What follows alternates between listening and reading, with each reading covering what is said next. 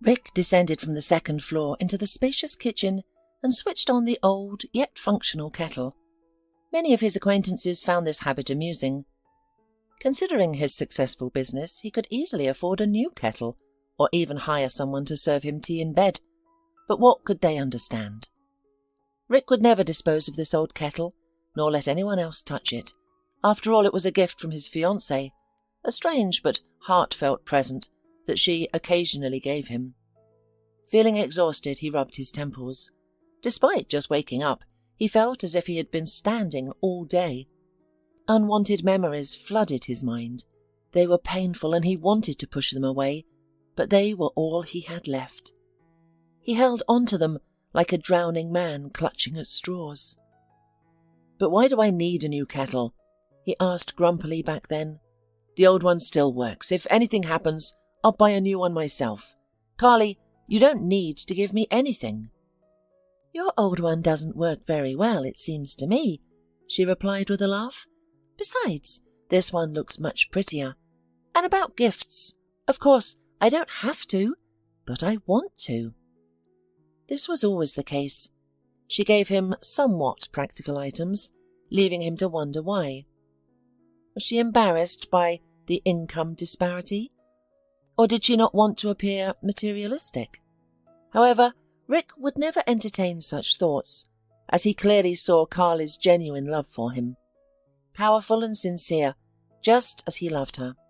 He also gave her gifts, primarily expensive jewellery. Carly accepted them with sincere delight, but she rarely wore them, perhaps only when she met him, and not every time. This puzzled Rick, but he didn't know how to handle it. Should he give her something different? But what? One day he asked her directly, "Carly, I get the feeling you're not happy with what I give. Maybe you want something else?" "Why are you dissatisfied?" she replied.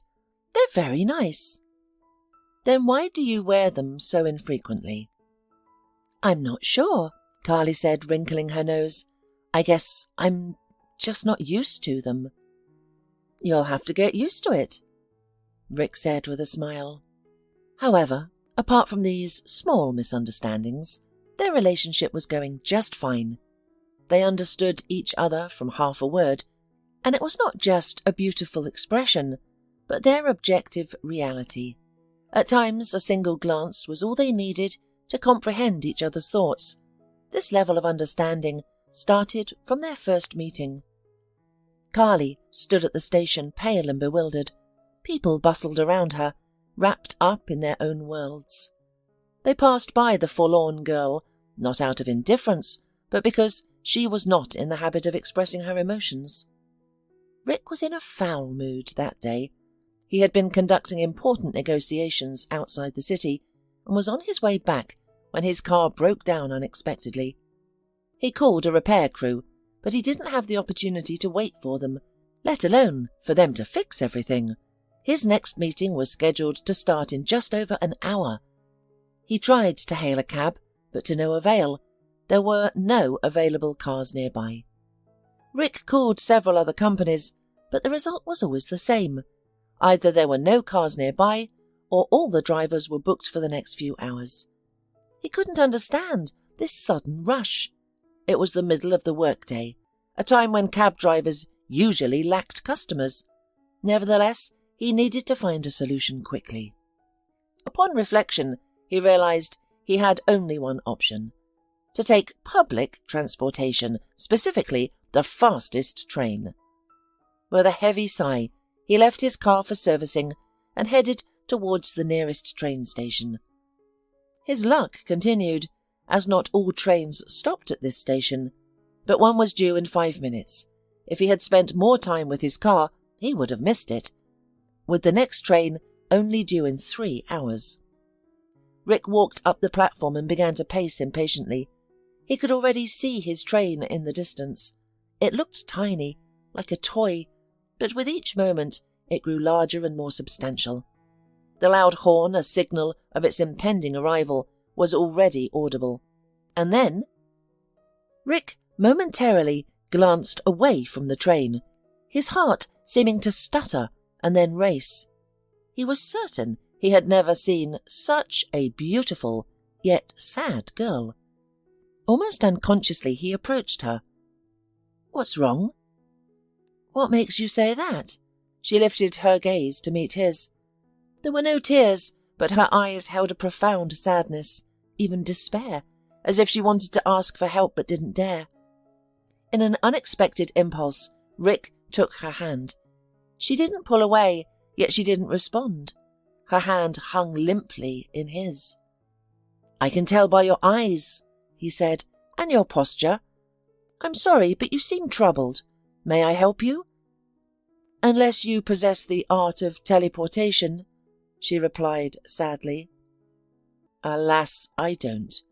Otherwise I wouldn't be here." He sighed with a smile. "But perhaps there are more realistic ways to solve the problem. Tell me, and we'll think together about what can be done." "What's there to do?" she asked, waving her hands confused. "I mistakenly left my train pass at home, and the next train isn't for another 3 hours. I can't retrieve it from home and be on time on that train.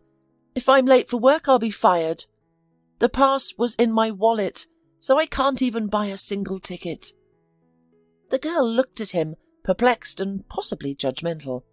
She likely saw this as a serious problem, and did not expect laughter in response to her predicament, especially from the person who had just offered to help. Ignoring her gaze, Rick swiftly left his seat and headed towards the ticket office. As he approached, he realized he didn't know her destination station. However, he didn't consider it a major issue. Handing the cashier a few bills, he bought a ticket to the final station. With this ticket, his new acquaintance could disembark at any stop. Rick returned to the platform just as the train arrived. A girl was waiting for him, nervously shifting from foot to foot. Rick smiled and handed her a ticket. She glanced at him and laughed, more from relief than anything else. "Look," she said as the doors closed behind them. "This is very inconvenient." "I don't see any inconvenience," Rick replied. "By the way, my name is Rick. What's yours?" "Carly," she replied, sounding somewhat robotic. "Listen, Rick, give me your phone number. I'll pay you back for the ticket." "That's a clever excuse to get my number," he chuckled. "That's a first for me. Usually, I'm the one who needs incentive to get a girl's phone number." "And how many of these numbers do you have? Or do you sell them right away?" Carly joked. Rick looked at her in confusion, before understanding her joke and laughing heartily. Any remaining tension between them immediately dissipated. The rest of the way they chatted merrily about everything in the world. However, as it turned out, Carly got off after only a few stations. She insisted on exchanging their number to pay him back for the ticket. He, in turn, gave her a few more bills as a farewell, having first realized that Carly would have no money left for the return trip. Thus, they found a reason to meet again. The businessman was running late for his meeting, but no longer viewed it as a tragedy, as he had a few hours ago. His partners understood the situation and agreed to reschedule the negotiations for the next day. After all, everyone has a car breakdown at the most inconvenient time. But that wasn't Rick's main concern. Rick's mind was preoccupied with his new acquaintance. He could easily visualize her delicate facial features, slender hands, and bright smile. Her laughter, jokes, and unique phrases echoed in his mind. He was grateful that the meeting fell through, as he was incapable of focusing on business that day. Rick and Carly met again a week later, but purely by chance. He had considered calling her multiple times, but hesitated, fearing his feelings may not be mutual, despite their initial connection. The day of their second meeting was particularly stressful for Rick. He had been busy since the early morning, without a break until 9 p.m. He hadn't had time to eat, so he decided to stop at a cafe. Exhausted, he chose the nearest fast food restaurant, despite it not being his usual preference. At that moment, he didn't care.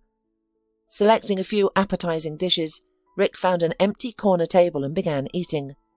Soon he heard a familiar voice.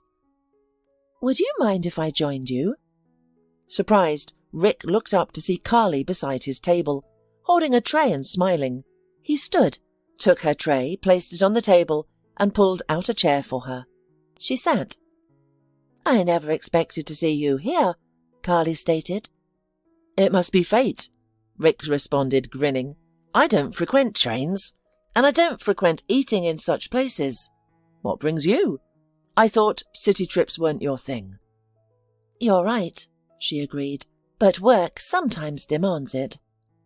"In that case, I'm glad your work brought you here today." "Me too," Carly replied softly and shyly. It probably could have lasted longer, but an irritated restaurant employee informed them that the establishment was closing soon. Only then Carly realized that she was about to miss the last train. Rick accompanied her to the station. "Call me this time," the girl shouted, just before the train doors slammed shut. "By all means," Rick responded quietly. Although Carly couldn't see him, she didn't need to. She read his response not just from his lips, but from his eyes, and smiled. As the train sped away, Rick walked along the carriage, waving to Carly, who waved back. Perhaps in that moment they both understood they had become a real couple, with many months of unspoiled happiness ahead. The whistling kettle snapped Rick out of his fond memories and back into a harsh reality where Carly no longer existed. With a heavy sigh, he made some tea and retreated to his room with his mug. He had woken up too late for a full breakfast. Sipping the scorching drink, Rick prepared for another meeting. The key was not to forget anything: documents, money, cell phone. Dressing appropriately was crucial. Of late he had become forgetful, often leaving behind his tie or shirt. After confirming he had everything, Rick grabbed his keys off the hook and left his apartment. While passing his mailbox, he spotted something inside. Although surprised, he decided to check the contents later that evening. The mystery of the unexpected letter consumed him throughout the day. He was used to electronic mail, his mailbox usually filled with unimportant junk. However, the envelope he saw that morning appeared to be a proper paper letter, leaving him curious about the sender. That day, Rick struggled to focus on his work. His usual concerns about partner meetings, routine tasks, and business development strategies were overshadowed by thoughts about the mysterious envelope. When he returned home, Rick headed straight for the mailbox. Upon opening the drawer with a key, Rick was surprised and somewhat fearful to see his hands trembling.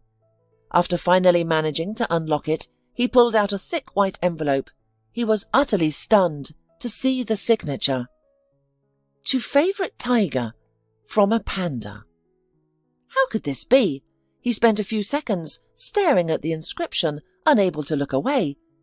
Had he ever seen Carly's handwriting, it might have been easier for him. However, they had only corresponded via text messages. What was clear to him was that only she could know the pet names they used for each other. Somewhat recovering from the shock, Rick, ignoring any pretense of composure, rushed to the room where the concierge sat. The elderly woman looked at him with mild confusion. He showed her the envelope and, gasping for breath, asked, "Did you happen to see exactly who brought it?" "I suppose it was the letter carrier," the woman responded indifferently. "It can't be. There are no stamps, not even an address." "But how should I know?" the concierge replied with a hint of irritation in her voice. "And aren't you here?" Rick burst out. "To know who and why someone enters the building."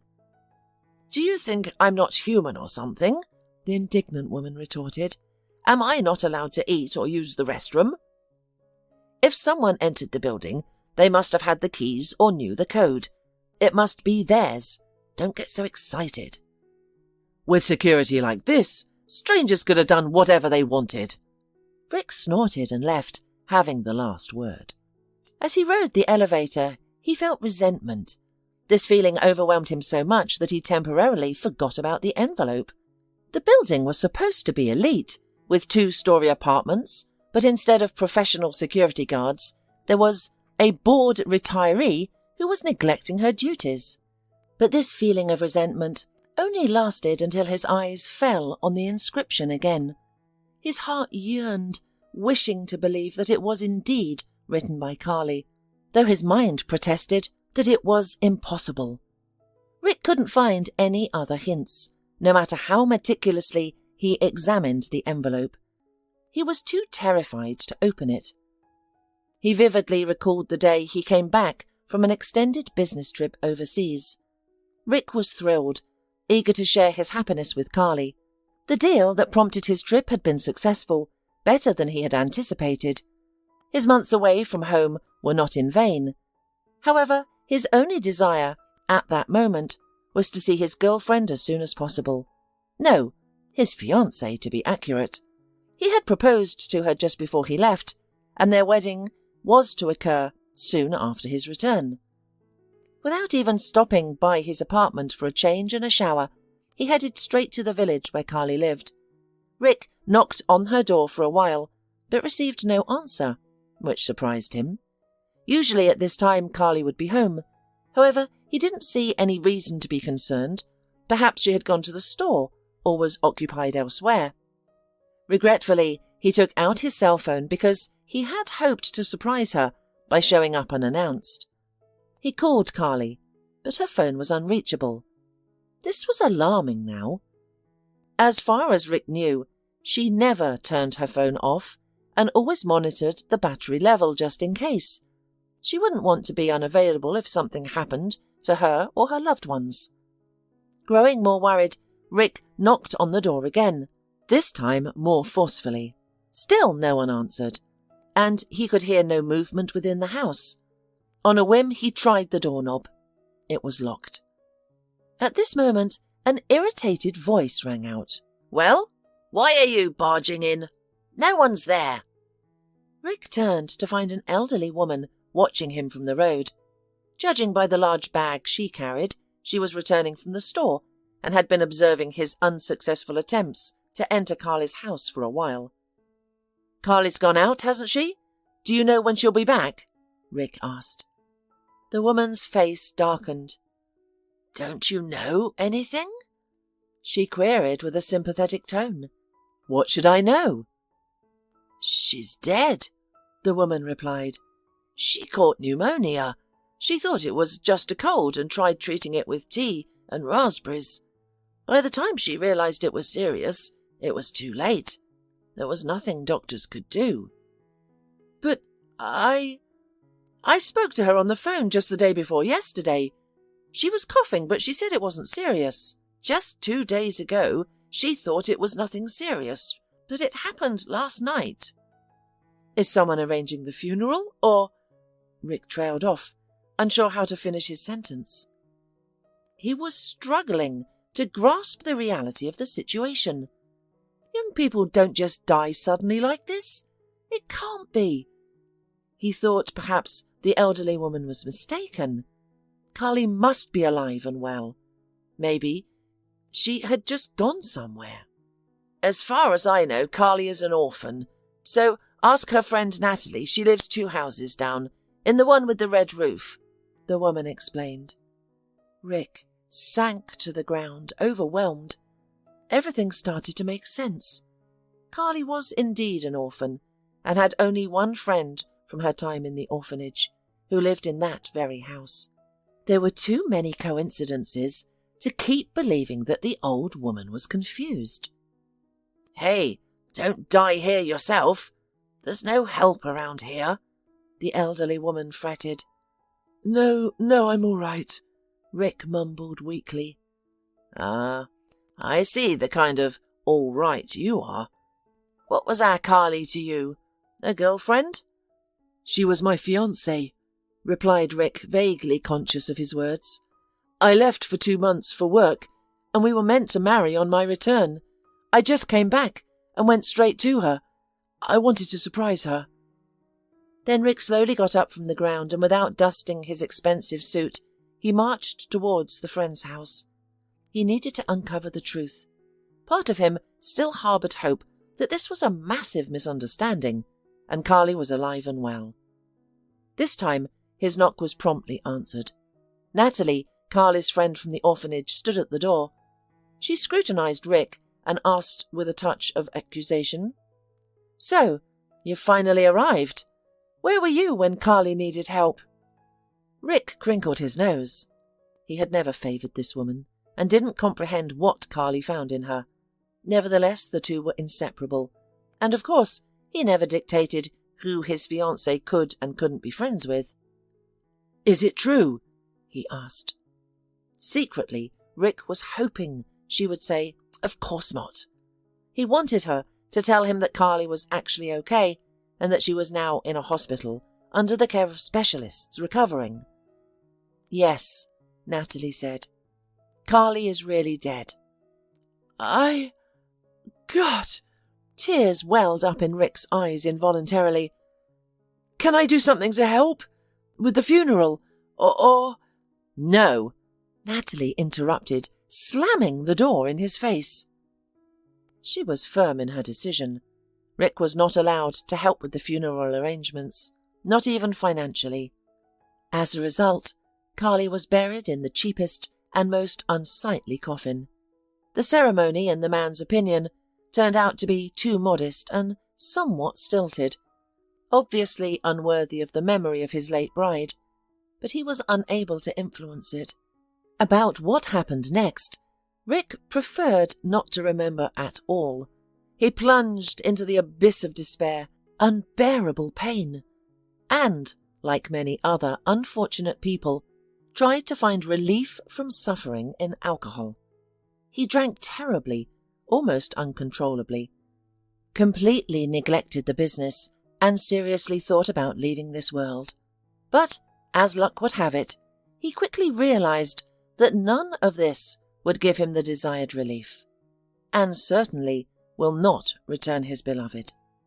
Rick then tried to pull himself together, attempting to gradually escape from his nightmare. This was incredibly difficult, but he succeeded. He used almost all of his remaining money to rehabilitate in a special clinic, and since then he had abstained from alcohol. Instead, he immersed himself in his work. He needed to revive his business, which he had almost lost due to his own folly. Fortunately, the knowledge and skills he had gained over the years through hard work were not so easily lost. Soon, his financial situation improved, perhaps even surpassing its previous state. However, this did not bring him happiness. His heart was no longer gripped by intense pain. Instead, a quiet, restrained longing had taken its place, constantly lingering. Now, he held a letter in his hands that could have only been written by her, his late beloved. No one else but the two of them knew the affectionate nicknames they used to call each other. This made him incredibly afraid to open the envelope. But deciding not to prolong the anticipation, Rick nervously opened the envelope. He was immediately hit with a wave of dizziness. The faint scent of perfume, Carly's perfume. Of course, this wasn't conclusive evidence. Many people would know her preferred scent, yet he was unshakable in his belief. The fragrance further convinced him that the letter was from his fiancée. He pulled out the neatly folded sheet of paper and scanned it quickly. Then he read it again, more slowly and with focus. And again. And again. He must have read the letter at least 15 times before he understood that he wasn't going to spend the rest of his life standing in the hallway, still in his coat, reading the same lines over and over. He knew it was all nonsense and could not be true. But the letter was written so sincerely, with such love, and in recognizable Carly's style, as if she really had written these lines with her own hand. Rick was utterly convinced that nobody except her could have written it like that. Furthermore, substantial evidence pointed towards Carly being the only one who had sent him the letter. Beyond the signature on the envelope, the letter contained many details that only the two of them would know. It mentioned topics about their private midnight philosophical conversations, places significant to their relationship, and detailed descriptions of memorable dates. Interestingly, the sender of the letter did not claim that Carly was still alive. In fact, the text openly mentioned her absence from this world. Yet, the sender, whoever it was, expressed a profound yearning for her fiancé and acknowledged the insurmountable barrier separating them. According to the letter, Carly found a way to communicate despite her predicament. Allegedly, she was able to reach out through a psychic, someone highly sensitive to such matters, and transmit her message. She also said that he could respond in the same way with a letter, which the psychic would read aloud so that she could hear. The message's ultimate purpose became clear at the end. There was a request for a substantial sum of money to be left at a designated location, along with a written response.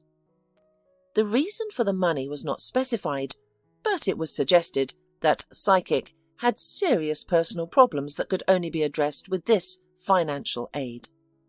Rick's mind screamed that this was an obvious fraud. The intent was crystal clear.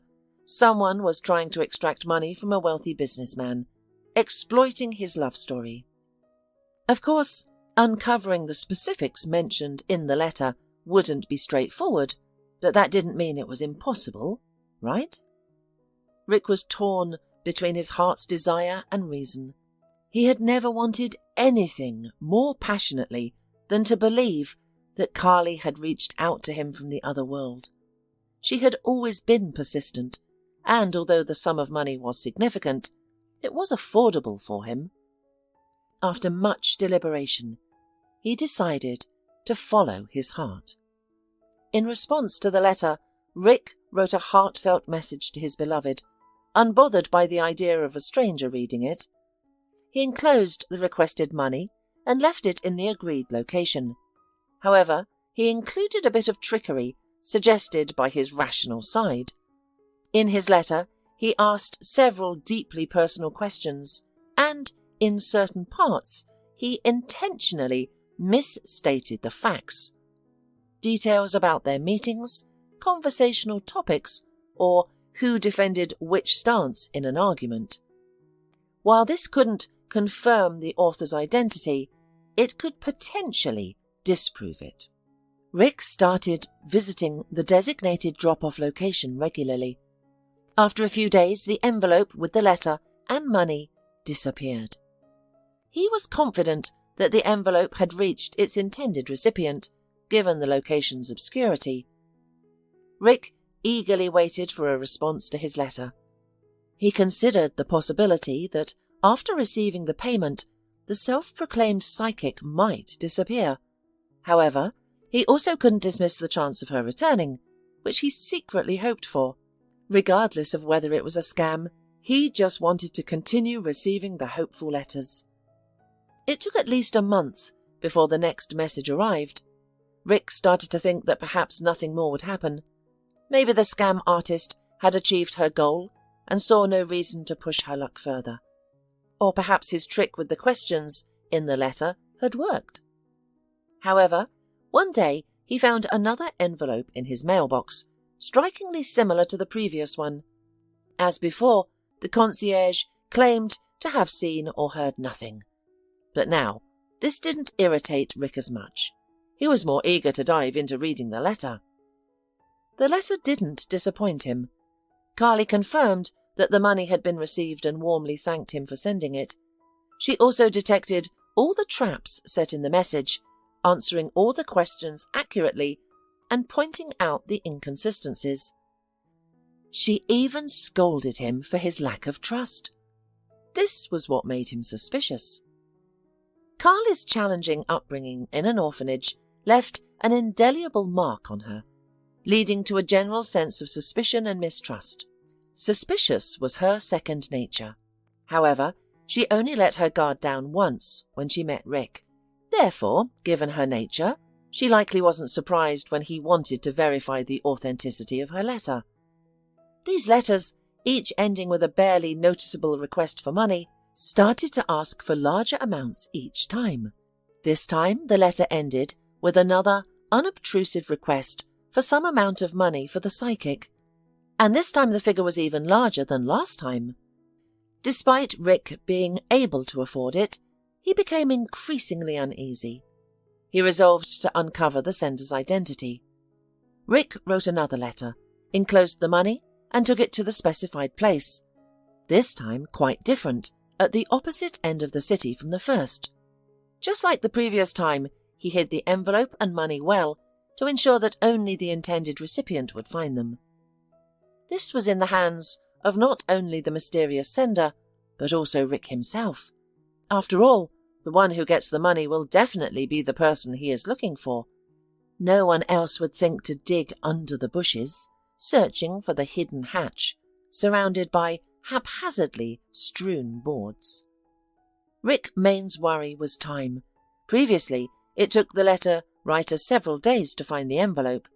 He couldn't really sit in ambush for 3 or 4 days in a row without going anywhere, so as not to miss the right moment. Fortunately, it didn't come to that. The envelope was retrieved just a few hours after Rick had hidden it. A young woman, evidently worn by life, swiftly lifted the exact board under which the money was concealed. She took out the cash, counted it, and nodded to herself. Rick recognized her the moment she appeared at the other end of the street. Initially, he had doubts about the coincidence, but when she went to the place where the envelope was hidden, his doubts completely vanished. It was Natalie, Carly's friend from the orphanage, and she was clearly the one extorting money from Rick. Realizing she was about to leave, Rick decisively emerged from the bushes where he'd been hiding. Seeing him, Natalie turned pale. Rick worried she might run away or call for help, claiming she was being attacked or robbed. It would be difficult to explain to bystanders what was actually happening. But Natalie, whether from fear or surprise, appeared rooted to the spot, watching as the man she'd been trying to deceive approached her. "Why all this charade with the letters?" he asked directly. "Rick, what a surprise! I didn't expect to see you." Natalie feigned innocence. "I just decided to take a walk." "Natalie, stop playing games," the man responded tiredly. "We both know you wrote to me pretending to be Carly and asked for money. It's a low move, but perhaps forgivable depending on why you did it." "I don't know what you're talking about," Natalie replied innocently, still clutching the envelope with the letter behind her back. "Well, suit yourself. If you don't want to talk to me, you can talk to the police. I believe I have enough power to hold you until they arrive. They'll definitely find your fingerprints on that envelope you're trying to hide, and on the 2 I have at home. Additionally, I suspect you need the money for a certain purpose. It won't be difficult to find out if you've suddenly acquired the exact amount of money you didn't have before. Shall I go on?" "Damn you, you miserable rich man!" Natalie suddenly shouted, pressed against the wall by his deductions. "It was your fault that Carly died. You were off on your business trips, not even bothering to worry about her illness. If you had been with her at that moment, you could have driven her to the hospital. And you thought it would be fitting to punish me with money for the death of my beloved woman?" he coldly inquired. Natalie's words hit him hard. He had often contemplated his role in the events and blamed himself for what had transpired. Perhaps he should have exercised more caution during their phone conversations. He should have urged her to see a doctor when he heard her cough. Or he could have cut his business trip short and rushed to see Carly. "And I decided that since you've been part of the loss of one of my loved ones, you could at least help prevent another one." Natalie's tone softened, sounding almost pitiful. "In what way?" he asked. "I have a son, Nick," she sobbed. "He's 3 years old and has a congenital heart defect. He needs constant treatment that is quite expensive. Ideally, he should have surgery so he can live a normal life in the future. Her husband provides no support. He's an alcoholic, but also a criminal. He never contributed to the family financially, and now he's in jail. I don't know how I ended up with such a man. But that's not important now. What's important is that Nick urgently needs money. That's when I thought of you. Carly shared many personal details about you with me. Please just try to understand the desperation of a mother about to lose her only child. I apologize if my actions upset you. I can understand your desperation. Rick sighed. What I don't understand is this charade with letters written in the name of a deceased person. Despite our differences, you could have approached me directly. How could I deny helping a sick child, especially knowing how much he meant to Carly? I don't know what came over me, Natalie admitted, pulling her hand from behind her back to reveal an envelope filled with money. Take this. I'll repay the money I've already spent, even if in small installments. Please don't go to the police. I understand if you do, but I'm pleading, not for myself, but for Nick. What will he do without me? No need. Rick resolutely pushed back her hand with the envelope. Take the money and use it to support your son. Tell me, how much money do you need in total? For surgery, rehabilitation, and whatever else there may be. I'll find it. We'll save your boy. Natalie wanted to say something, but a lump formed in her throat. She cried and threw herself on Rick's neck. Caught off guard, he awkwardly put one arm around her, unsure how to react. Eventually she calmed down and pulled away from him. As promised, Rick covered all costs associated with Nick's treatment. Although he had to cut back on his certain things, it was manageable for him. Natalie's gratitude was immeasurable. However, Rick maintained a polite distance. Over time, their communication dwindled. They had saved Nick, but shared no other common interests. This whole story, of course, did not increase the warm feelings for Natalie in Rick's heart, and the woman, realizing her guilt, tried not to impose. Rick continued to live his monotonous, colourless life after Carly's death. A miracle hadn't happened. He had lost all hope. Despite saving an innocent child, he didn't feel happy or proud. Months passed without any significant changes in Rick's life. He started to feel like he was slipping back into the same dreary routine he had been trying to escape for so long. He even bought a bottle of strong alcohol, but so far he had managed to resist opening it. However, he didn't know how long this restraint would last. But soon life showed that his restraint didn't last long. One day he found himself sitting in the kitchen, staring at the teapot Carly had given him. He got up, took the bottle from the kitchen cupboard, and decisively poured some into a glass. Just as he was about to drink, he heard a strange rustling at the door, followed by a loud knock. He had to get up and answer it. "Who's there?" he asked. "Gas service," they replied from behind the door. "There's a leak somewhere in your building. We're checking all the apartments." Rick sighed. More than once he regretted choosing an apartment in a building that still used gas, constantly facing issues with it. This wasn't his first encounter with such a situation, so he opened the door without suspecting any foul play. His recollection of the subsequent events was hazy. Behind the door stood 5 or 6 men with a distinctly criminal appearance. Something flashed in the hand of the closest one, followed by a sharp pain in Rick's stomach, causing him to collapse on the ground, almost fainted. Stepping over him, the strangers entered the house. They hardly spent more than 10 minutes there, which seemed an eternity to Rick.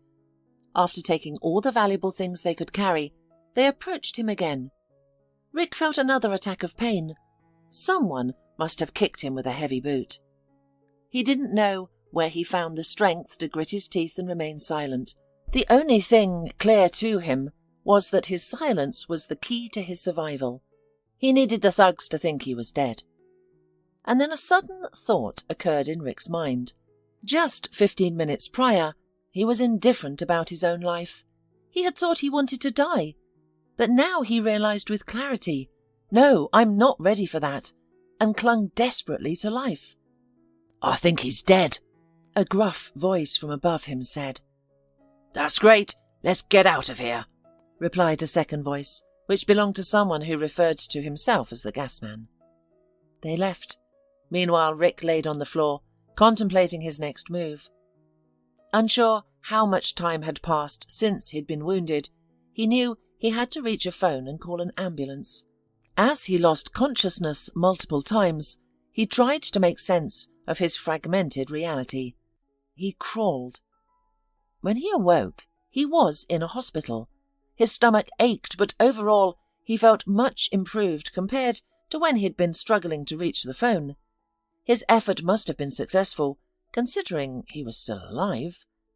The man attempted to pull himself up on the bunk for a better view, but was immediately met with sharp, piercing pain.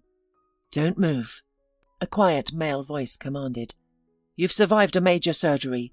Your life is no longer in danger, but you need time to recover. Please, no sudden movements. It will make our job much easier." Rick's vision cleared as the painful fog lifted. He noticed a man in a white coat standing in the doorway, likely a doctor. "Did I call the ambulance?" he asked, struggling to move his tongue. "Yes," the doctor replied. "Fortunately, you were strong enough to do so before losing consciousness." "I think I lost consciousness earlier," Rick admitted weakly. "I don't remember making the call." "That's unsurprising given your condition," the doctor said. "But the circumstances of this case are quite unusual."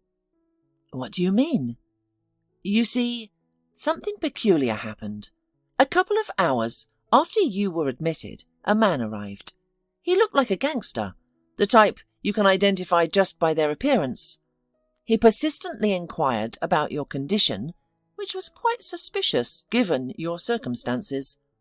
But he insisted he wanted to assist you. Your condition was severe. You'd lost a lot of blood and needed a transfusion, but your blood type is very rare. It's impossible to obtain it quickly and in the required quantities. Simply put, we needed to find a donor. So I thought, what's there to lose? I informed the criminal, and he immediately offered to donate blood for you. I didn't believe it would work, but it turns out he has the same blood type. Moreover, it's perfectly compatible with yours, so much so that I can confidently say you could be related." "That's ridiculous," Rick firmly retorted. "I don't have any such relatives." "Regardless," the doctor shook his head, "you are alive today, solely thanks to this man." "So, may I meet my saviour, or did he leave without waiting to see the results of his good deed?" "Well, he specifically wanted to talk to you, especially after I mentioned your possible kinship. Unfortunately, he didn't have the time. He was arrested right here in the hospital about 2 hours ago. Most strikingly, it was concerning the robbery at your apartment." Rick groaned and closed his eyes. He didn't understand anything, but it was clear that the doctor wouldn't be able to answer his numerous questions. "You need to rest," said the doctor. "Rest now, and I will come to see you in the evening." Rick didn't object. He could feel his strength fading and fell asleep almost immediately after the doctor closed the room's door. When he woke up, he found a person beside his bed whom he had never expected to see. Natalie was sitting on the chair next to him. Her face was even paler than when he had caught her holding the envelope. Noticing that he was awake, she smiled and asked, "How are you feeling?" "Fine," Rick replied habitually, trying not to wrinkle his nose too much. "There's something I have to tell you," she said firmly, tears welling up in her eyes. "All your troubles seem to arise because of me. First these letters, now this." "What do you mean?" Rick asked, confused. "What does the robbery of my apartment have to do with you?" "It wasn't me, but it was my husband." "But isn't he in jail? And as far as I know, he's supposed to be there for a long time." "Yes, but he was released due to an amnesty around the time you and I stopped talking. He saw that Nick was healthy and was happy, but soon started questioning where the money was coming from. I told him about you. That's when he got angry. He refused to believe that you were helping us just out of kindness. He accused me of infidelity and said he'd take revenge." "So, he's the one who stabbed me?" "No, he didn't. I spoke to him recently, after his rearrest. It's true, he set these robbers on you and was part of a gang, but he didn't intend for you to be killed. He merely wanted to, as he put it, punish you. He wanted to hurt you financially, but the gang leader turned out to be a loose cannon, the kind that leaves no witnesses. Tucker couldn't intervene in time. All he could do was convince them that you were already dead, so they wouldn't harm you. And he also called an ambulance." "Did he visit the hospital too?" "Yes, he did. He couldn't ignore his conscience. After all, you saved his son. So he decided to return the favour. He truly didn't want things to turn out this way." Rick was utterly confused. How could he and Natalie's husband be related? Almost like brothers. What could they possibly have in common? And what was he supposed to do now? If Tucker truly didn't intend to kill him, which seemed likely, it meant that Tucker's arrest was unjustified. Well, not entirely, but now they were charging him with a far more serious crime than he committed, and that was wholly wrong. Moreover, Rick felt a debt towards Tucker. After all, the man saved his life, and if Natalie's account was correct, he did so twice. Weary of these thoughts, Rick soon succumbed to sleep once more. It was clear that he couldn't do anything at that moment. His immediate focus had to be on recovery and leaving the hospital, and only then could he contemplate everything else. That's precisely what he did, aiming to recuperate as swiftly as possible.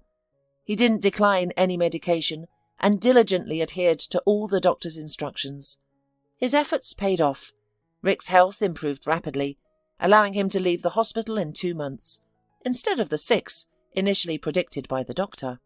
Upon his discharge, he first visited his parents. Carefully, he wanted to ask them if he possibly had a brother. Was he not their first child? Perhaps the family was in dire circumstances and they were forced to place their eldest son in an orphanage? However, his mother vehemently rejected this notion. "We didn't have any children except you," she stated firmly. "Our family has never been poor enough to resort to such extreme measures. We weren't rich, but we were never poor." "Wait a minute," Father interrupted suddenly. "I have an idea." Both his wife and son stared at him in bewilderment. Was he about to confess to infidelity? No, that couldn't be. Granted, Rick couldn't entirely rule out such a possibility, but it wasn't something to discuss with his mother. "A long time ago, even before I met your mother, I had a bride," the father continued. "However, she broke up with me because I was too simple for her, and she wanted to live in the city. Who knows, she might have left me being pregnant. I don't know if this could be true, but I have no other guesses." That was all Rick needed to know. The story seemed believable, but whether it was true or not could be resolved later. For now, his priority was to rescue his Tucker from the predicament. Rick believed Tucker hadn't acted out of malice, but out of folly, and life had been tough for him. Rick hired a well-known lawyer for Tucker, and it paid off. Tucker confessed to his involvement in the recent robbery. The court considered his lack of intent to kill and his efforts to make amends for the damage caused. Despite his criminal history, Tucker received a suspended sentence, while the rest of the culprits received lengthy prison sentences without the possibility of parole. Rick was pleased with the outcome. When they left the courtroom, Rick told Tucker, "Stop messing around. You have a wife who loves you despite everything, and a child who needs a present father, not one who's always in trouble." "Yeah, you're right, bro, but what other life do I know? Where would I go? A janitor, a loader? How could I support my family on that salary? That's if they'll hire me at all, considering my past. Let's make you my assistant. My business is expanding and it's becoming increasingly difficult to manage it alone every year. I haven't had an opportunity to look for a reliable partner. But remember, I'll be watching. If you revert to your old ways, I won't help you again. But I don't know anything about your business, Tucker responded desperately. That's not a problem as long as you're willing to learn. I'll pay for your courses and I'll teach you myself. All right, agreed Tucker. I promise, no more crime. His promise may have sounded overly dramatic, but Tucker kept his word. He studied diligently, heeded Rick's advice, and soon became deeply involved in the company's operations.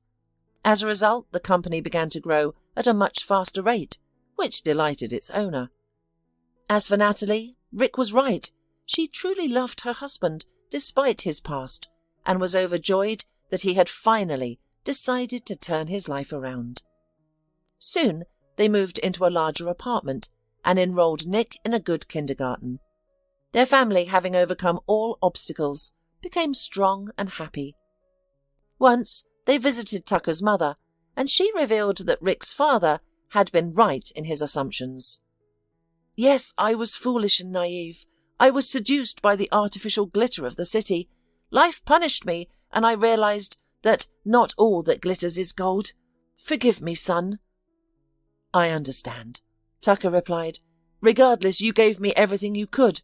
You will always be my beloved mother. This changes nothing. Rick was happy for his brother, yet a bit envious. He himself had no family or children of his own, only the memory of a deceased bride. However, lately he had started to move on. He felt that while he still had a tender and sad affection for Carly, he was ready for a new relationship. But with whom? He didn't have much time to ponder that. Rick was engrossed with the business, which demanded more of his attention as it grew. He and his stepbrother had decided to open a new branch, and he was now busily seeking suitable employees. Rick handpicked each new hire, from top managers to the cleaning staff. However, he faced significant problems when it came to hiring a cleaner. Rick understood that the position was not prestigious, but he did not anticipate the absolute lack of interest in it. Despite offering a decent salary for the role, only one candidate applied during the 2-month vacancy period. She was a girl from a dysfunctional family with no education or aspirations, and she was very happy about getting this job. Apparently, she had already given up hope of finding any way to make money for herself, and here was such unexpected luck. Rick felt guilty a little because he initially felt some sort of prejudice against her. The thing that stressed him out the most was that the new cleaner's name was her dead fiancé. One day, in the middle of the workday, this cleaner walked into his office looking distressed. "I'm sorry to interrupt, but it's urgent," she stated confidently. "Come in." "Please, believe me, but your business is at risk. I overheard the managers talking. I promise I wasn't snooping intentionally, it's just that, well, people often overlook the cleaners. They're trying to take your business away from you. They're using your upcoming negotiations with the key client. I don't know much about business, but as soon as I realized something was amiss, I started recording. I'll send you the recording via messenger. Please listen to it as soon as you can." Having said this tirade, Carly hurriedly left the office, pulling out her phone on the way. Shortly after, Rick heard the notification of the message, but he remained still. He sat there, thinking about how much this Carly reminded him of his beloved Carly, especially in this critical situation. The information from the cleaning lady proved to be both true and invaluable. It was only after hearing the recorded conversation that Rick understood the planned setup and managed to prevent significant losses. Following intense negotiations, from which he emerged victorious, Rick realized that this woman had saved his business. He realized that she reminded him of Carly from the start, which was why he had been hesitant to hire her. He feared the associations and the inevitable loss when she would quit, having found a more suitable place. However, all his fears dissipated now. A week later, he asked Carly on a date. To his delight, she accepted. The date went even better than his wildest dreams. This led to more dates, and a year later, they were married. A few months after that, Carly announced to a thrilled Rick that they were expecting a child.